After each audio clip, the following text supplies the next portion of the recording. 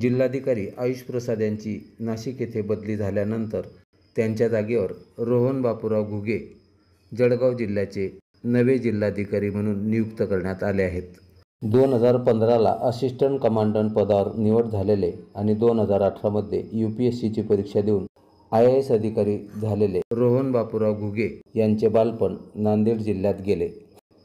प्राथमिक शिक्षण मराठी माध्यमाच्या शाळेतून पूर्ण केले तर माध्यमिक शिक्षण सैनिकी शाळेतून पूर्ण केले.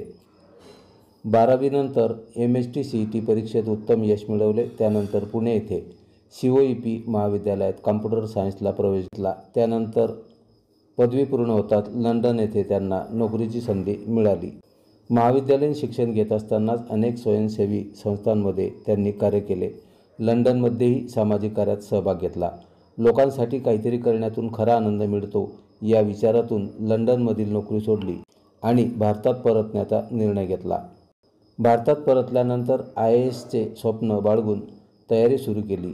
एकाच वर्षी IAS व IFS इंडियन फॉरेस्ट सर्व्हिस परीक्षा उत्तीर्ण झाले. जिओलॉजी हा पर्यायी विषय घेऊन एकाच वर्षी IAS व IFS पद घेणारे भारतातील ते एकमेव उमेदवार होते. चंद्रपूर येथे कार्यरत असताना गोंड समाजाच्या इतिहासावर आधारित ऐतिहासिक डॉक्युमेंटरी बनवली, ज्याची देशभरात मोठी प्रशंसा झाली. वर्धा येथे वर्धिष्णू पॅटर्न नावाने अभिनव प्रशासकीय मॉडेल राबवले, जे स्थानिक विकासासाठी प्रभावी ठरले.